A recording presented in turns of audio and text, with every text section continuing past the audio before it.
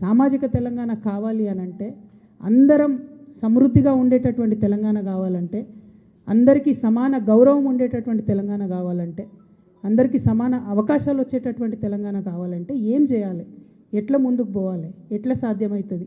ఈ అంశాలు కేవలం హైదరాబాద్లో కూర్చొని చర్చిస్తే కావు.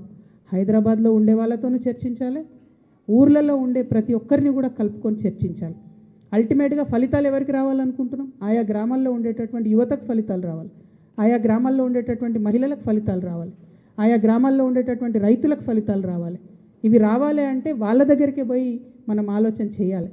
దానికోసమే ఒక 4 నెలల యాత్రను తెలంగాణ జాగృతి నుండి చేపడతా ఉన్నాం. జాగృతి జనం బాట అనేటటువంటి పేరుతోని ఈ యాత్రను చేపడతా ఉన్నాం. ఈ జనం బాట కార్యక్రమంలో ప్రతి జిల్లాల్లో 2 రోజులు ఉంటాం. ఆ 2 రోజులు కూడా అక్కడ ప్రజలతో అందరితో మమేకం అవుతాం, మాట్లాడతాం.